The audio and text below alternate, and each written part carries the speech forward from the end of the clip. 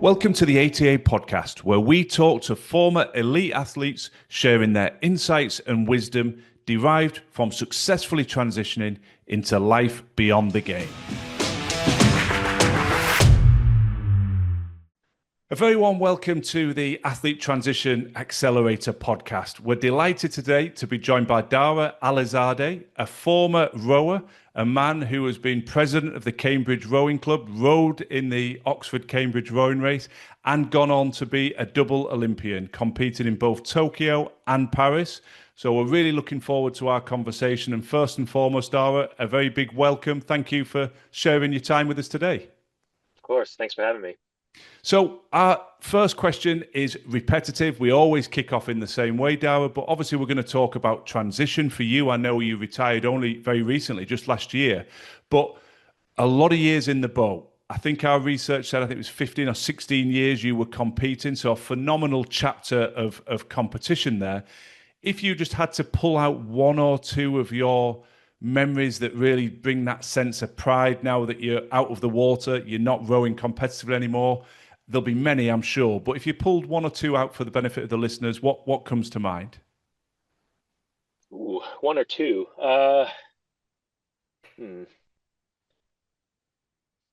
Yeah, I mean, I think it's obviously a hard one because, I don't want to leave any out. But I think if I look back, probably the things that I was most proud of, like the kind of the highlights, Yes. uh, is not actually, so it's not the Olympics. It's not, it's probably not the boat races either.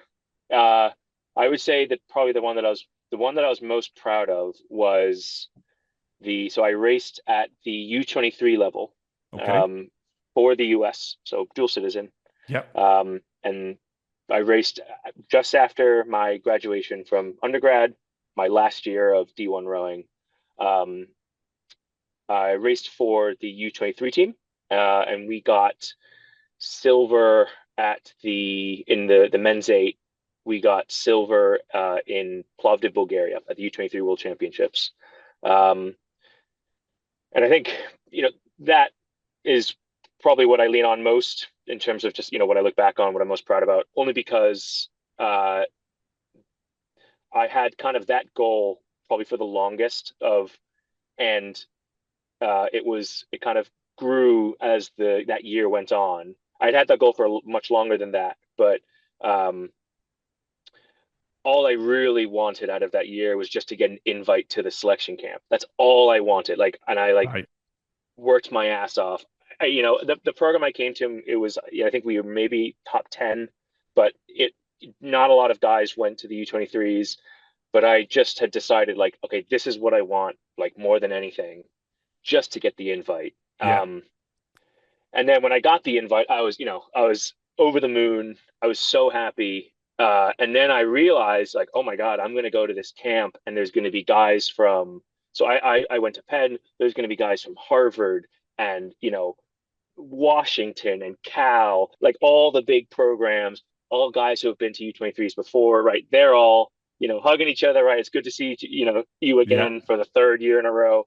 And then there was me, and I didn't know any of these guys. I knew I had one kind of teammate there, the coxswain, and he had been before.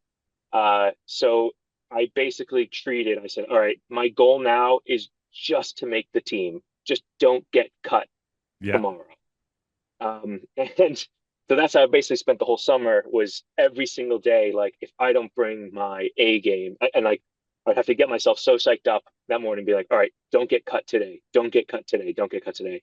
Fast forward, and before I knew it, I, was stroking. So the first seat in the Yes. boat that Right. everyone kind of follows behind, I was stroking the men's eight, which was the flagship boat. Wow. And, I and then again, before I knew it, I was sitting on the start line of the final in U23 Worlds. And yeah, that one, even though No, we I didn't love it. win, I think that was the one that I was because I had such I didn't think I wanted anything so bad in my life than that. Yeah. So yeah, No, I'd it say probably a makes U20, which it's not the Olympics, it's not the Senior Worlds, it's not that, but that to me was probably probably it showed me okay, I can do this at a pretty good level. Yeah. No, it makes perfect sense. I'm smiling because I love it when we ask this question because you feel the energy and you can see you sort of going back in time there and what it meant to you. And we see this a lot with people when they talk about their first contract. So we've had guests recently that have done some great things, but they always remember that moment when they get the phone call or they're given that first contract because to your words there, it's something they've focused on for the longest time, desperately hoping to be able to step into that professional realm. And it's not what you expect, but I think it's reflective of the journey and the effort and the desire and the commitment that gets you to that point. So no, I think it's a fabulous one because I know you've had some great things. I know you represented Bermuda, I think, in the Bermuda. Olympic. That's right. Yep. You were the flag bearer. So you've done some great things in and around your sport. But it's lovely to hear you going right back to some of those earliest achievements. Is there anything else? I know it's always it's a challenge to pick something else. What else? I mean, there's the Yeah, I mean, the only other one, the close second is, I think, it is built around the Olympics, but to me, the like people say like, oh, you race at the Olympics, your heat or your rep or your quarters, whatever, you must yes, be so proud. And I'm like, yeah, but to me, the like the thing that I'm most proud of in that whole experience is all the work that I had done. Like, the racing itself, I, like it was it's almost like the cherry on top. I yeah, know that's the end goal and what it's all about, and without that, none of it, rest of it happens. And I know that's the show that everyone can. That's the really thing that only people care about. But like when I look back, the thing that I'm like, what I'm going to take away from this is not being here for this couple weeks. Like I'm obviously going to love it yes, and remember, just going to cherish this. But what I take away from all this is like, because like no one was there when I was training in the single, right? Like, yeah, I had, and I always say no one was there. I know I had a huge support behind me, my family, my coach and stuff. But like, and what I tell people regularly is that you can have all that stuff in the world, right? You can be in the best system with the best support and the best coaches and da da da da da. But like, you can lead a horse to water sort of thing. But like, that last 10% or yeah, last whatever percent, you've got to be the one to do it. You're the one getting up at 5. You're yeah, at 6 days a week. You're doing that. And in the single, especially, uh, if you don't show up to practice that day, all right, like you're not letting anyone down yeah, apart from yourself. Um, and so if you don't show up, no one's going to care, yeah, right? Like no, so like just and training in the UK, that's where I was doing most of my training. Like in the winter months, it's pissing down rain, and you yeah, go out in the single and you're by yourself. yeah, Um, that's probably what I'm like. That's what I'm most proud of. The fact that yeah, like I was able to do that, and only in reflection, looking back, I'm like, damn, wow, that is hard. yeah. But obviously, when you're doing it, everyone's like, oh my God, I could never do that. I'm like, well, it's all right. You just kind of get used to it.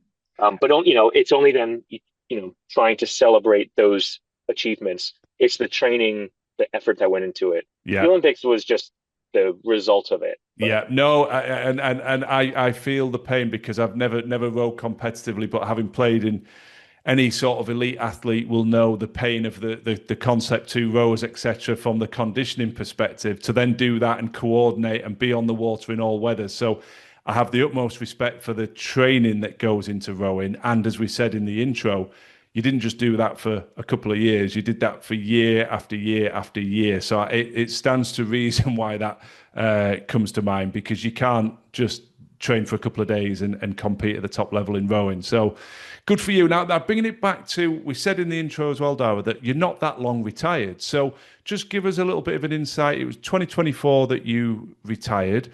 yep. What brought that decision to the fore? Was it just the repetition of what you were doing? Was it injury? Was it the next step? What actually made you decide, okay, now's the time for me to retire? And give us a little bit of an overview, that sort of top line view of how that transition has been for you. What sort of been taking place over the last year or so since you made that decision? Yeah. Well, so I think what really prompted it was I a combination of two things. One, like you can't do this forever, and two, I had really ticked all the boxes that I like wanted, all the things I wanted to achieve. I ticked all the boxes that were on my like bucket list for rowing, right? I, rowed D1, U23s, senior level, Olympics, the boat race, Henley, like Henley Royal Regatta. Yeah. Um, and and the list of people that can say they've done all that, and this is not to up myself. I'm just saying like the list of people like that's I think those are a lot of checkpoints that people like in the rowing world, Of you know, course. would love to do. Yeah. Um, and I was so fortunate enough to I got to do all of them. And I think, I always try to think of it as like in my rowing career, I just kind of imagine it like steps. And uh I'd always get to that step and be like, oh, this is all I ever wanted was just to get to this step. And then I start looking at the next one and I'm like, well, that one doesn't look so hard. Like, like it's not Yeah. that much of a jump. Um, so yeah, so then, once I got to the Olympics and then, you know, I guess again and then again, I kind of realized that, you know what, like I've got to do this twice. I had a great run.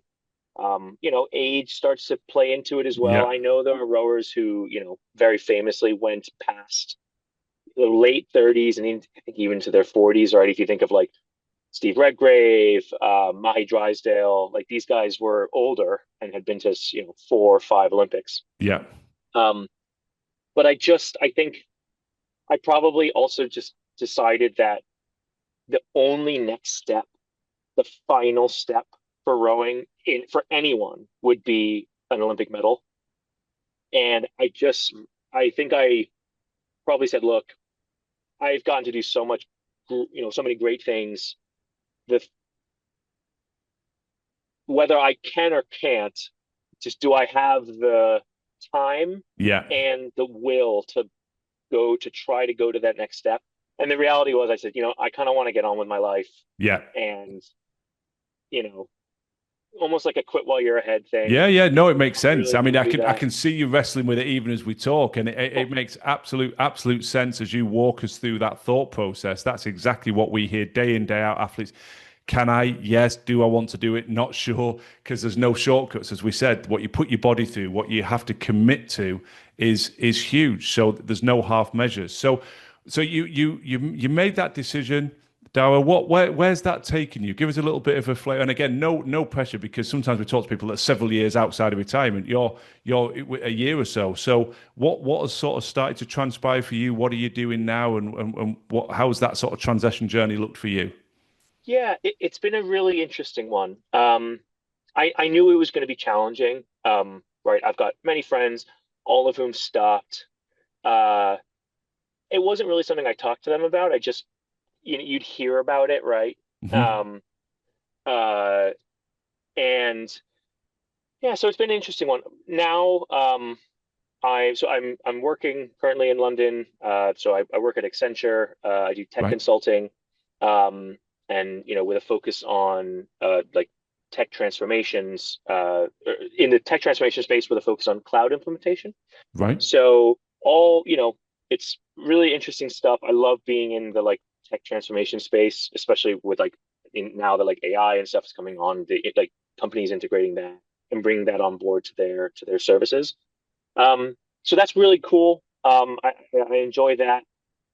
If you take a step back from that, uh, yeah, it's been an interest. I said interesting. It's been a challenging one, the transition away. I think I the job has been really helpful, and I can talk on that a bit later if we want. But beyond that, it's been hard. Like it's my world changed Hmm.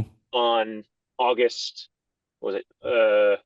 August 10th of 2024. Yeah. That last, I think it was August 10th, the like last day of racing or whatever, maybe third. I'm Yes. forgetting the date, but anyways, not the point.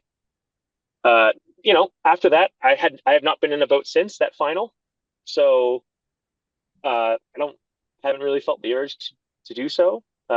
which is nice. I knew I was done. Yeah. Um, Validates your decision, I suppose, doesn't it? Yeah. that's right. But yeah, it's hard. It's really hard. And did you have that work, Dara, to step into almost immediately? Because obviously for you, super structured training environment, as you Yep. say, 6 days a week, it's part of who you are. You've done it for so many years. So people often talk about that struggle of identity and that loss of structure. So having something to step into obviously softens that a little bit. So did you go almost straight into this role? Yeah, I did. So I basically after Tokyo, I I took a year off. So I guess I need to revisit that 60 number. But I had taken a year off to just, figure out kind of what's next. Because my original thought was after Tokyo, I'd stop, right? I Right. had ticked all the boxes. I started work at Accenture in January of 2022. So 4 months um, after the Olympics finished. Okay. Uh, and during that time, it was only in the first year of work that I thought this is great. I'm happy, and I was really wrestling with it. I got kind of persuaded back into the training regimen, and then I was like, all right, let's do this. Let's crack on one more time. Um, and I was training and working at the same time. That very quickly became not tenable for what I wanted to achieve. Yeah. Spoke to Accenture, and we came to an agreement basically that I could take a year leave. Um, but what was nice about that was that one, I could just train full time because I had to qualify, and there was a lot of training that needed to be done for that. But then second, I was able to have something right away in September, the minute uh, the minute the Olympics in Paris were done. Um, Yes.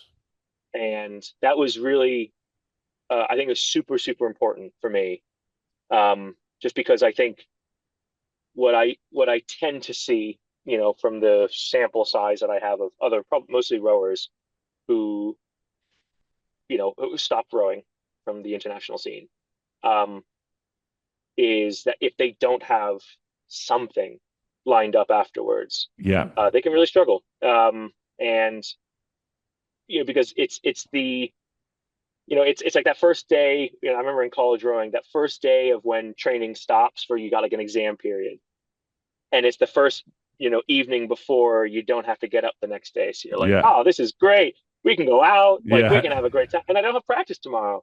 So it's like Christmas morning as a kid, Yeah. Yeah. and then like a week later, you're like the time just kind of blends into like it just nothing like because you don't have that structure, and you kind of yearn for it again. So I think without that, it would have been really hard. Well, it's still really hard, but it would have been harder Yeah. um, to kind of pick up your life again. No, I think So that's been it's a really fair, helpful. yeah, absolutely. I think it's a fair assessment, and we hear that a lot. What, just out of interest, what took you into that tech space? Because part of the challenge and the legitimate challenge we'll get from people is I don't necessarily know what I want to do. So I'm competing. I know I should be looking at things. I'm not quite sure what's for me. Sometimes it's very easy. People are trained in a degree level in medicine or whatever, so they know they've got a defined route. But Yep. what took you into the tech space, and was that something you were exploring actively prior to securing this role with Accenture? Yeah. So going into the tech space was something that I had done a bit of research into before I knew that kind of that first retirement Yeah, was coming. And so when I was at Cambridge and then switching into the single, one of the things I was doing on the side was because I equally was like, gosh, I don't know actually what I want to do. I'm 27, and I taught for a couple of years at an all boys school, which is great, but I don't want to go back into that. Um, so I just said I started with a really, huge, kind of a shotgun approach, saying, all right, well, what do I find kind of cool? yeah, And it's like, okay, well, being in the tech space, and whether that's like working for a technology company, right, working for kind of like one of these like big tech companies, or one of the consulting space, and I had heard that the consulting space is you get a lot of exposure to different industries, right, and you can tailor that your work to where you want to go, or what kind of field you want to work in. And so while and ironically this timed well with COVID, just because like it was just training and nothing else going on. So uh what I tried to do is like, all right, just like I looked up on Udemy, like which is like online Yeah. courses, Yeah. which I was like, this is fantastic for like $10. I can get because there's so much competition on Udemy for like getting those courses and buy like the marketplace. This is a great online course, and I could learn anything. And so I started like doing a bit of coding, and just trying to like just to familiarize myself with something. You Yes. know what I'm saying? Because I'm like, this can't like this might not be it. This might not be what I want to go do. But like in doing this, I'll know that, so I'll know what I don't want to do, and I'll just familiarize myself with like larger tech things because like that, I think that first like almost like 20% of just like hearing that word and being like, I know what that is. So then you can like, and you feel the comfort, right? Because like the Yeah. first time I remember looking into like a code repo, like a repository, I'm like Yeah. or like Yeah. opening up your computer terminal, I'm like, what? Like, I'm Yeah. not gonna do anything with this. But then with just like a bit of practice, you're like, oh, actually, that's like not so scary. Like I actually know what this is, and like I'm more confident now to learn more about it or like Yes. go into what I'm interested in. So yeah, so I basically said, all right, while I'm training, just do this on the side, just to like be around this space, right? Like look at blogs, subscribe to newsletters, right? Like because I think it's all out there, and like obviously with the internet, I believe that you can just like you can really learn anything. Um, so yeah, and that's basically then how I got into the tech space. So like not from a technical background, and I guess Love it. there's a mix of that from the consulting side, but yeah, that was something that I actively prepared for Yes, and I think that's the while key training. message. And that's you see, we never know when we start these conversations, Dara, where's it going to take us? But it's always so powerful, and people that have listened to all the back catalogue of our guests will see these themes time and again. And you alluded to it before you gave that great answer about actually seeing friends when they've got something to step into, then it makes the transition so much easier. Yep, Some of the challenge we get is, oh, well, that's all right if you've got something to step into, but I don't have that. And actually, what was really nice about then how you expanded that is you helped create that opportunity, not from a tech background, as you said.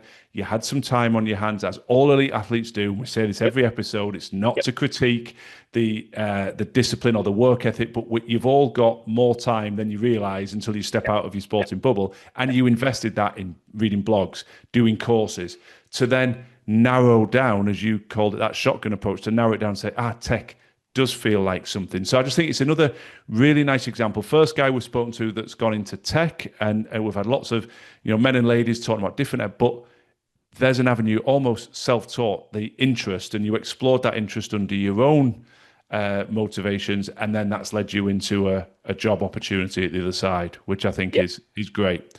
Just yep. talk to us about transferable skills. I know it sounds a bit cliche, Dara, but humor me on this because, again, bringing it back to the existing elite athlete, we often get challenges, Carl and I, when we're trying to coach and guide people of, well, I'm just at X, and quite, self-deprecating. I'm not sure what skills I can bring. And one of our first challenges is you've got so much more already in your toolkit than you realize.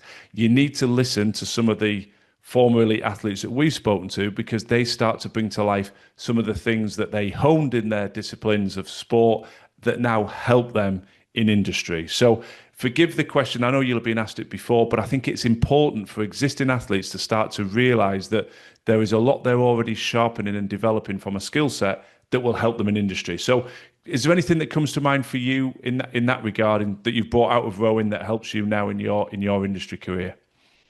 Yeah, I mean, I think like obviously it is a cliched question. Like, the answers are going to be all things maybe people have heard before. Um, but I'm just, I mean, I'm trying to think about like what's specific to like, what for me were like takeaways or things I applied today, just like Yes. back to specific lessons. I think, like, the first one is the structure. Um, I thrive and I, have done very well in the past in a structured environment Yep. whether irrespective of whether that was one that I entered or one that I created for myself. Um, and it's like I'm then a big believer of like, okay, because I see so often whether it was in school or in at work or whatever, people say, oh, well, like, well, like I couldn't do it because XYZ, or like, well, like I didn't have the right people, all right, for whatever reason. And I'm a big believer in, like, the lesson I learned, especially when going into the single, where you are your everything. You are Yeah. you're the coach, or you're not the coach. You have to organize the coach. You have to organize your boat. You have to organize the club, travel, accommodation, like everything is you. The training plan, right? Like, and if it's not you, you need to be like you're the main stakeholder. Like, Yes. and like and so the thing, I'm like, you have to create the structure around you, but you have to create the environment in which you will thrive. And only through testing it in different situations. For us, I guess it would be sport, right? Or at least for me, it was Yes. rowing. Um, and like only through that you'll learn what environment you need. Um, and so, I learned that I need structure.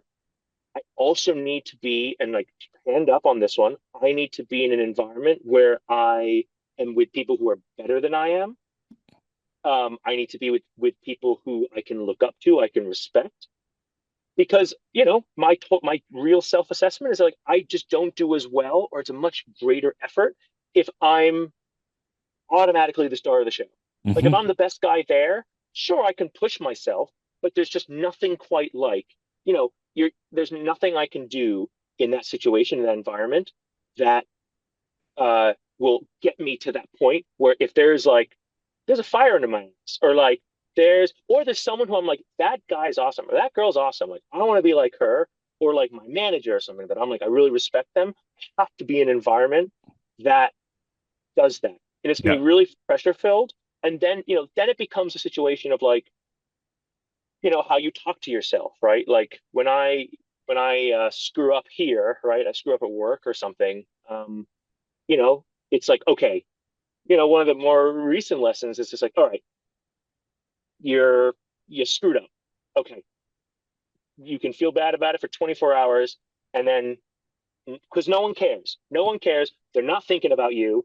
They're really not. Like they're not going home and being like, oh man, Dara really fucked up. Yeah. Yeah. Uh, Don't worry. Don't worry. okay, Dara really screwed up today. They're on to other stuff. They got their own concerns.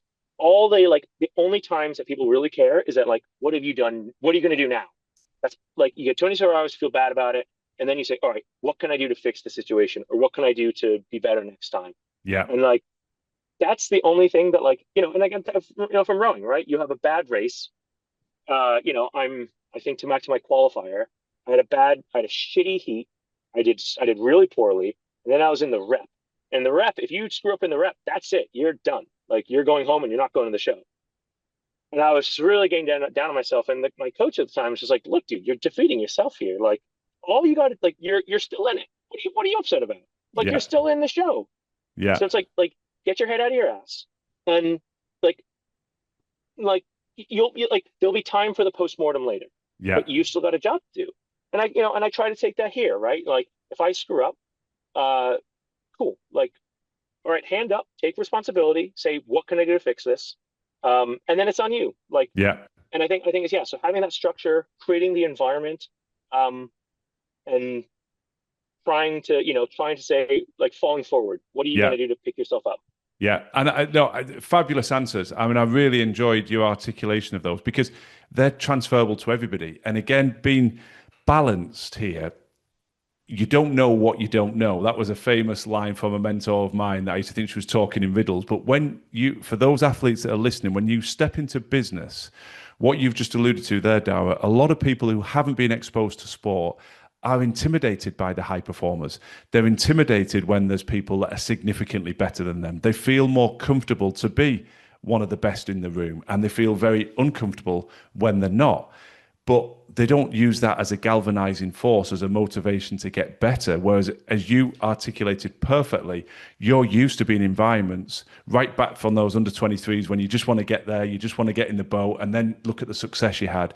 You're used to seeing excellence around you and using it as a driver of your standards. You're not intimidated by that, and actually you welcome it. So that is fairly standard in sport, in my experience, that people recognize that there's elite all around them and some extremely good elite, and that drives the standards. In business, that's not always the case. And equally, people are not very good at always giving and taking feedback and actually moving on, putting a line under it and saying, I've got to move on. I'm wasting my energy, losing my focus by wallowing in that. But for you in rowing and for so many athletes listening, there's another game, there's another race, there's another match, there's another fixture. We've got to move on. So they're very good at move on, line in the sand, let's go. And that's another X factor in business. So for anybody that's just listened to your fabulous answer, it'll resonate, and take that, put it in their mind and think, oh, right, well, that is something that I can bring to industry as and when I step in. So yeah, great answer. Great answer, Dara. Just another one we always say to people is do's and don'ts. You're still pretty fresh in the journey. As we said, it's only August 2024 that you actually retired. But we love this notion of everybody's a genius with the benefit of hindsight. So all those people that are still competing, guests kindly given the time as you are, gives them access to hindsight, gives them access to wisdom with that benefit of hindsight. So if you had to pick out one piece of advice, if you will, and said, here's a do this, it'll make your transition a bit easier. And equally a don't, with the benefit of your experience, don't do this because it will make your transition easier. What comes to mind? I know you've already given us a good example of actually explore what you like, and that can help you line up an opportunity. So we've already sort of touched on that but what comes to mind nonetheless? Hmm. Well, I think that the do for me is always the same, and I know I mentioned it, but I'll reiterate, is while you're doing the sport, you have to be thinking about what's next. Mm-hmm. I know it's a really scary thing, and I know people say like, "Oh, I'm just focusing on the games, right? I'm Mm-hmm. just focusing on worlds. There's nothing." Well, okay, like you don't have to dedicate like physical energy towards that, right? Like you're optimizing your performance for that, whatever that goal is, but it's still there. Like it's still coming. And to dig your head in the sand and say, I just want to worry about, you know, to be blunt, like you're not a child anymore. Like you're an adult. Or well, I don't know, your audience, maybe, but Yeah. maybe No, some you're kids. right. You're But right. I like, think pretty much everyone's yeah, an adult. Yeah. yeah, like you have like the remainder of your life is coming. If you know this is it, or even if you don't, right? So maybe injury stops you, right? I think Exactly. Yeah. always having that, just constantly like dedicating some time to say, okay, what's my plan for after?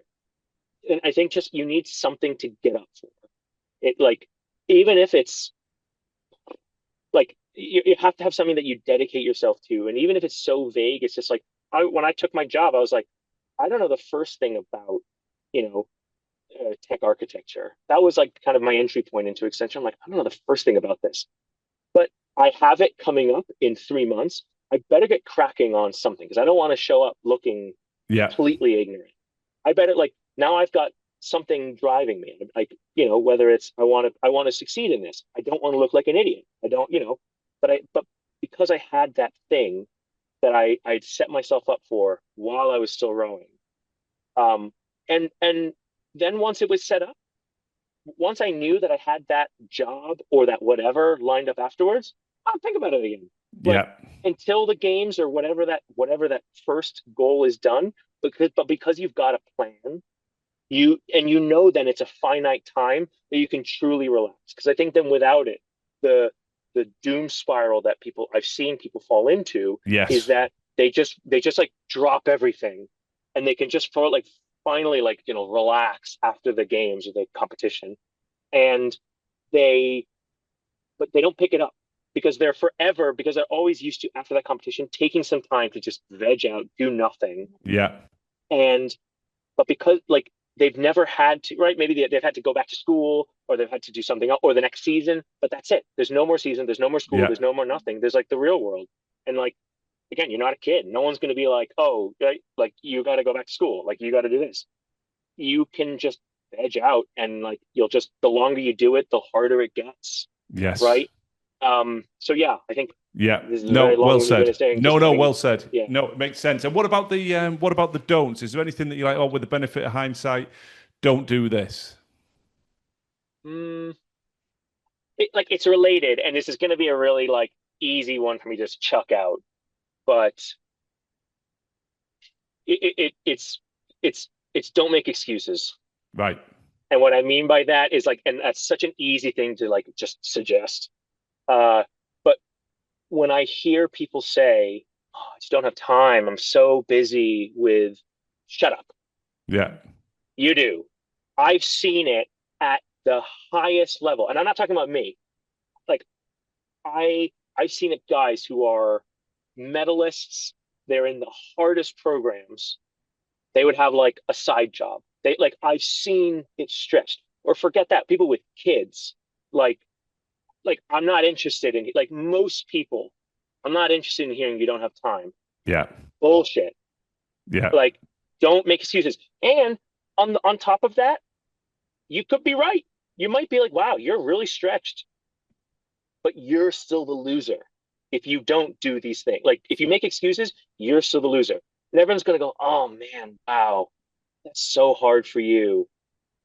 All right, well, hope you figure it out. Like Yeah. No, you're waiting it's for the cavalry to ride in and no one's coming. Don't make it excuses. sounds harsh, and I'm nodding with you because I think the first step is pick up your phone and look at the usage on the phone. You know, I spend all of my time as a coach, and it's an objection that comes up a lot, particularly in the early days of work. But I don't have time, and people make legitimate things about what children, pets, relatives, people are taken care of, people that are sick, etc., etc. But when you actually drill down and open up your phone and look at the app usage of where time is going, and then factor in television as well, no judgment, but most people have hours and hours and hours that's disappearing on a form of scrolling. So yeah, I think it's positioned with a ruthless edge to it, but I 100% agree with you because you've got to make the time. It's your life, and you know life's not a dress rehearsal. You need a plan. You want a successful transition. Don't labor under that notion that you don't have the time. So no, I think again it's wise words. So just it's again it's a pleasure talking to you, Dara. But let's just bring it to a couple of sort of quick fire questions to finish. These are things that actually, as I say to every guest now, we get lovely feedback and traction within the ATA community. And this was a suggestion that was bubbling up about just a few quick fires. And one that always comes to the fore is that old adage. Again, you've probably been asked it a million times, but nonetheless, it's proved very popular. Best piece of advice you've ever been given that you're willing to share. It could be about life, it could be about sport, it could be about anything. But if there was one piece of advice, you're like, okay, put that out there into the community. This is what you'd share. Ooh. Okay, I can what I'll give the oh ugh. Well, can I give three? Yeah, go for it. Go for Okay, it. okay, because these are like my three Yeah. the things I try to live by. Okay. Sounds The intriguing. Let's go. okay, so the first one is this is going to sound really weird, but we're an open book here. The first one is nice shit is nice. It's like having nice things and like having comforts and stuff like that is okay. I'm like people say, oh, like people sometimes just talk down like we're like oh like oh like I didn't want to I need to keep grinding like rest is whatever. No, no, no, no, no, no. Or like oh that's like oh that's a nice whatever, nice a nice car, that's a nice this. No, you wanted that? Yeah, I wanted a nice thing, so I got a nice thing, and that's okay. So that's a bit of a unique Yeah. one. That's not like Yeah. that's just me, but Yeah. cool. I'm giving the top three. The second one is the score takes care of itself. This was from a very famous football coach named Bill Walsh.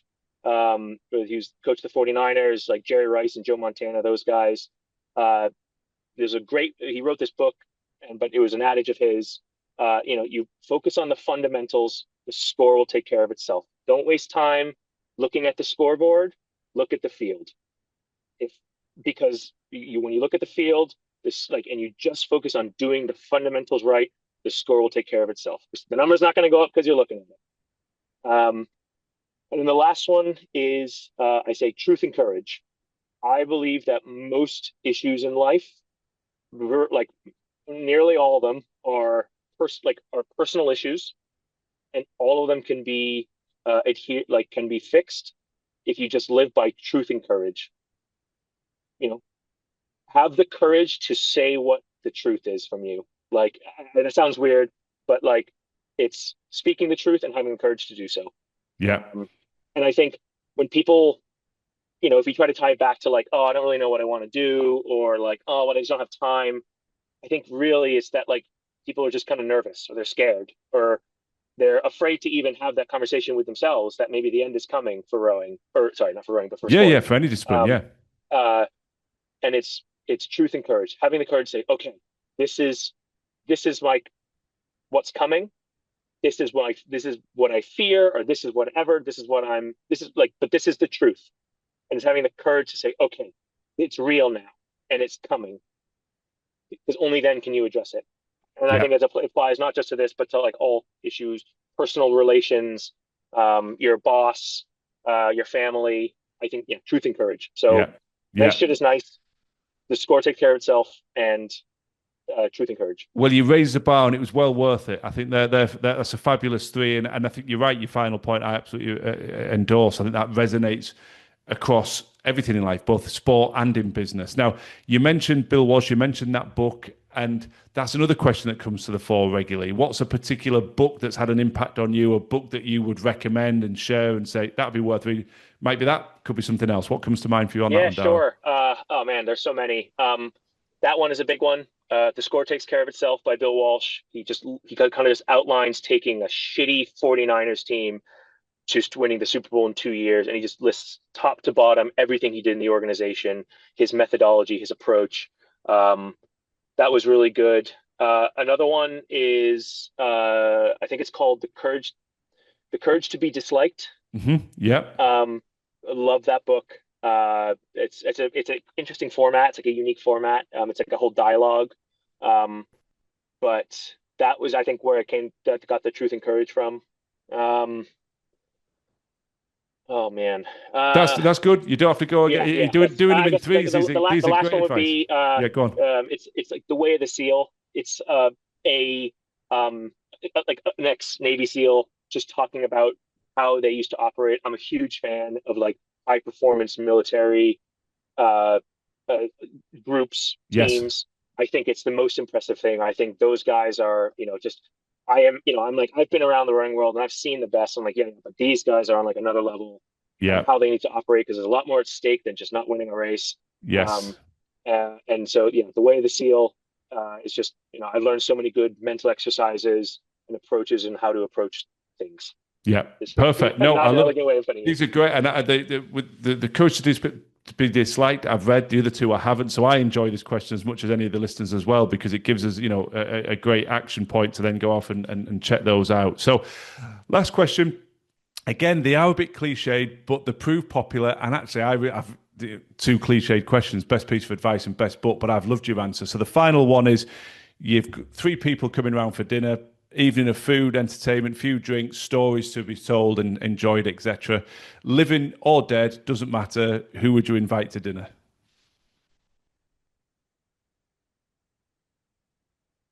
Hmm. Gosh. I well let's stick to living, because I think that's gonna help Yeah, narrow my narrow down answer the down. choices. Yeah, Okay, yeah. Um. Well, I'm a NFL fan, right. and I'm a New England Patriots fan. So Bill's coming for dinner, Bill's coming for dinner. right? Bill Tom Brady's Belichick. so it's Yeah, Bill Belichick, yeah. Tom Brady, um, and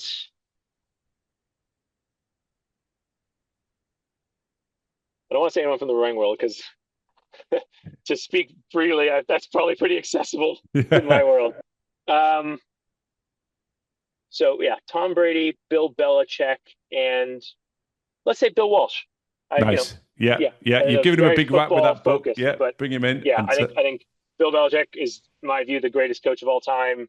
I love how he just approached, like, anytime insight I get into. I'm reading his book actually right now. Um, Tom Brady is just like a different animal, yeah, uh, and I just someone with that edge and that chip on their shoulder always. I'm just like, when guys in the NFL are just being like, dude, when is this guy going to give up? yeah, That's when yeah, you're a different dog. And then Bill Walsh, I think, revolutionized the game.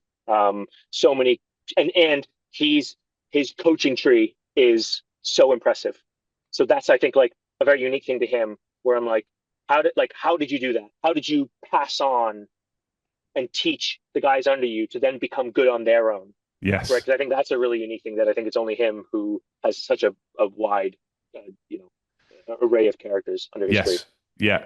And I think again, funnily enough, I've got the dynasty just behind me here, which is very much about the Patriots and stuff. And I think one of the things that we often say to people, read around different areas, because the more you understand some of these principles, the more you can apply them, the more you resonate with what you're already doing. And so many high performance lessons in sport translate perfectly into business. I see that day in, day out. And so that will start to open your mind to the possibilities of what Bill Walsh has done and turning around an underperforming team.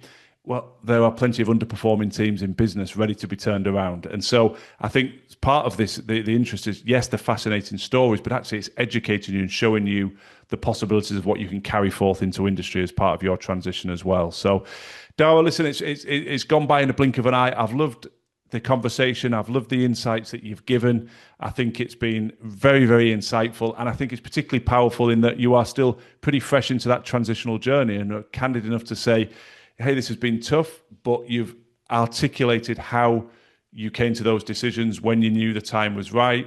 The fact that you haven't stepped back in a boat, I think, is insightful at this moment in time. I'm sure you will again, but it validates the decision that you crafted opportunities for yourself. The fact that you stepped into certain things, teaching, explored something that's not right, came back out of it, found what is right for you, and are still very much in that mindset of learning and development. And I also like your candor, because sometimes we need a little bit of tough love, and I think athletes are used to that direct bit of feedback. And I loved your position of, I don't have time. We've all got time. That's certainly a rallying call to everybody. It's how you choose to use it. I think one final question that I wanted just to pose to you, Dara, if that's okay, is when you were talking about the transition, we were talking about having the role set up with Accenture and how helpful that had been. You used the word interesting a few times when you reflect on transition, and I sense that was perhaps there was more to what you were thinking you wanted to say at that point. Can we just revisit that and where your mind was taking you as you were articulating the word interesting to me? Yeah, sure. So I think, as I mentioned before, having the structure was really important. Having something to get up for is really important. Um, what I'd say it probably hasn't done, or like what the void that's still there is, because before, like, rowing was my world, Mm-hmm. and it was something that I wasn't getting paid for it. I was just doing it because, like, I wanted this more than anything, right? It wasn't like for a paycheck or anything like that. And this job is great. It's fine, right? Like, it's my kind of real proper job for the rest of my life, right? As my start my career. Um, but I think what's been hard is like that that purpose. Like, it's sure you have the structure, but like it's easier to fall into this job just being like, because it's not the thing that I've always been driving for. And like, there's always that next step, right? There's always that next thing. And like, I loved rowing. I Mm-hmm. loved the lifestyle. I couldn't get enough of it. I only stopped for a day because it would hinder my training the next day, right? And it was part of my plan, but I loved it, loved it, loved it. Um, and I'd say that it's, again, love this job, and I think it's really good. I love Accenture, but it just hasn't replaced that purpose in my life. And I think, you know, the other hard thing is like, I, come September, let's say September 1st, I restarted at Accenture. A month before, I was racing at the Olympics. Mm-hmm. And then you come back, and like, I was at the top, and and then I come back to Accenture, and I'm just a guy. Like, what I'm saying, I'm like not at the very bottom of the rung, but like I've got, however many level guys above me, and I'm not at rowing. I was pretty good at it. Like, I was all right. Like, and this is like, there's so much that like you said, like, you don't know what you don't know. Um, and like, there are a lot of times I try not to beat myself up about it, but I'm not the best at adhering to that. Like, that you're just like, ah, shit, I didn't do this right, or I'm not very good at this, or like, and it's just there's a lot more of that Yeah. that kind of comes up, and you're just like, wow. Like sometimes I know I said don't do this, but sometimes I'm like, boy, I suck.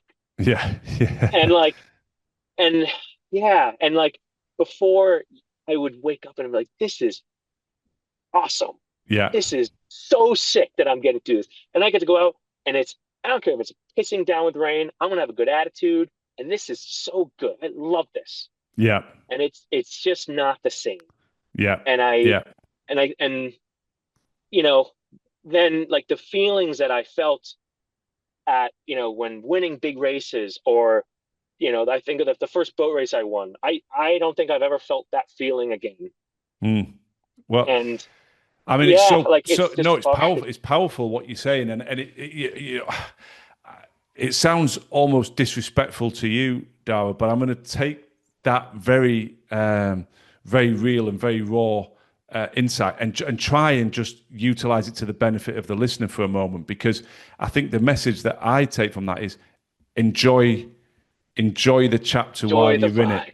Enjoy it, because I think so many athletes that Carl and I speak to spent so much of their career beating themselves up and focusing on where they didn't Oh, quite hit the standards. And then when it stops, they're like, oh God, I should have enjoyed the ride more. And you talk yep, about the feelings, and you can sense it. You can feel the energy coming off you about what you experience in the boat race, what you expect. And you look, enjoy it, because yeah, it's such a blessing and a privilege to feel what millions, billions will never experience. You're in it. So, yes, have high standards, and yes, hold yourself to account, but try and enjoy the ride as well.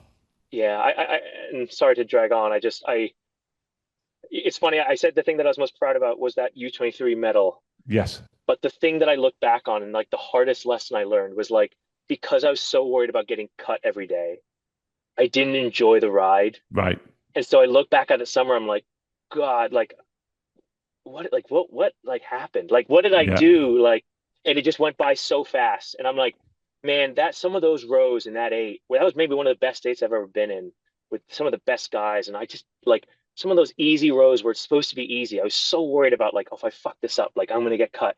Yes. And just I would like, hey, dude, just have fun. You're allowed to have fun. The whole Yes. point of this is to have fun, and it's not detracting away from the what you're supposed to get done. It doesn't detract away from your job. You're allowed to enjoy it. You're allowed to say this is cool. Yes. Like, Yeah. and Absolutely. I No, yeah, exactly right. And you can see, as soon as I positioned it in that way, it resonates with you immediately. And you give us a perfect example of so many athletes do that, especially in those team sports as well, where there's a selection every week. If I don't meet the standard, I'm not going to play next week. So you're constantly in that fearful state.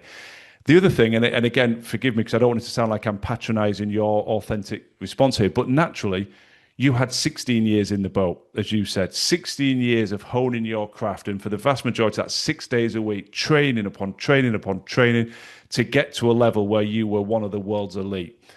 Now, as you say, you're in Accenture, you've been in there for less than a year, yep, and some days you really beat yourself up. What would be healthy would be for us to invent a time machine and take you back to year one of 16 and compare that performance in the boat to year 16 of 16. And I guarantee if you're still in the tech space 16 years from now, you will be performing at a significantly higher level than you are now. But part of the challenge for elite athletes is they expect to start where they finished in their discipline and sometimes forget where they started in their discipline, if that makes sense. definitely. Yeah, no, definitely. And I think I try to, that 24-hour rule of like you can beat yourself up, and then you've gotta the only thing people care about now is what are you going to do Your now, and like how response. are you going to your response. And I think Yeah. I try to do that, and like, but oh man, I tell you, there are days where I'm just like, God, maybe this isn't for me. Yeah. Like, yeah, just because like because I know what good looks like. Yes. I know what a high performing team looks like, and it's Yes. all firing on all cylinders. And I'm like, I just did it. Like Yeah. Yeah. I Yeah. just did Yeah. it. Like, well, I know how to do this. Yeah. Why is it so hard now? So No, it yeah, makes I sense. think Be yeah, patient with yourself, and maybe yeah, it isn't right. As we say to them, you might go a sure, year or so in and go, "Hey, this maybe isn't the sector that I wanted or thought." But certainly within the first year or so, it's too early. So, yeah, no. Well, I'm definitely. pleased. I'm pleased we touched on that question because it gave us even more of your authentic self, even more of your insight. It's been a privilege talking to you. Thank you for being so open. Thank you for sharing so much of your wisdom from that journey of transition. Final thing from me, Dara, is obviously a massive thank you. Really grateful for your time. If anybody wants to follow up and connect with you, where's the best place to find you? Is it LinkedIn, for instance? Yeah, sure. LinkedIn. Yeah, however they want to reach me, I'll share my Yeah. email. I don't care. Yeah, well, we'll put your LinkedIn into, because often what happens is people say, "Oh, I really enjoyed that. That was insightful," and people just want like to connect like-minded individuals. So you're certainly not obligated. We won't put all your personal details out there, but I'm sure people will have enjoyed your candor today and will want to sort of connect and follow up in some capacity. So, Yeah, would love to. Dara, thanks again. Really enjoyed that. Thank you. Thanks for joining us this week on our ATA podcast. If you found this conversation insightful and it resonates with your journey, please subscribe, follow the show, and stay connected with us for more insight, resources, and information on how we at ATA are supporting your preparation for life beyond the game.